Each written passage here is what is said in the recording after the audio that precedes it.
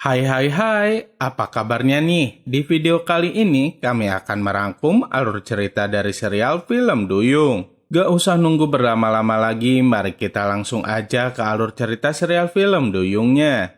Duyung episode 13 part yang kedua.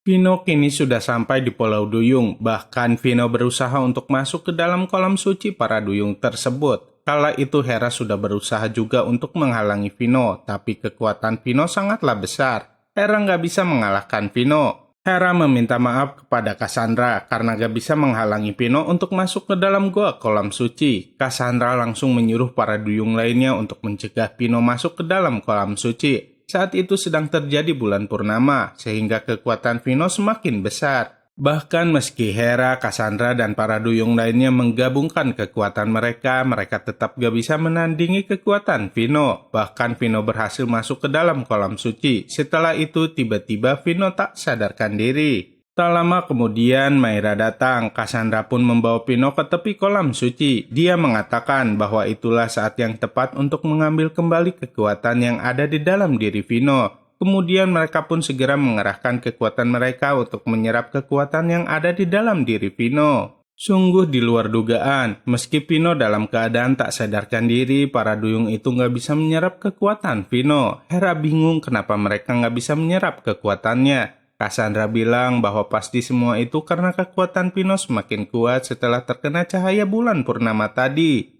Cassandra meminta Mayra dan Hera untuk segera membawa Vino pergi. Bahkan dia meminta mereka berdua untuk menjaga Vino agar tidak terkena cahaya bulan purnama lagi. Jika hal itu terjadi, kesempatan para duyung untuk merebut kembali kekuatannya semakin kecil. Keesokan harinya ketika sampai di sekolah, Vivi, Dito, dan temannya sedang memikirkan tentang keberadaan Vino. Mereka bingung kemana Vino pergi. Tak lama kemudian mereka bertiga melihat Alda dan Hera. Vicky heran kenapa cuma hanya ada mereka berdua. Vicky jadi berpikir jika Mayra sedang bersama dengan Vino. Maka dari itu Vicky langsung menghampiri Alda dan Hera untuk menanyakan keberadaan Mayra. Seperti biasanya, mereka semua langsung bertengkar.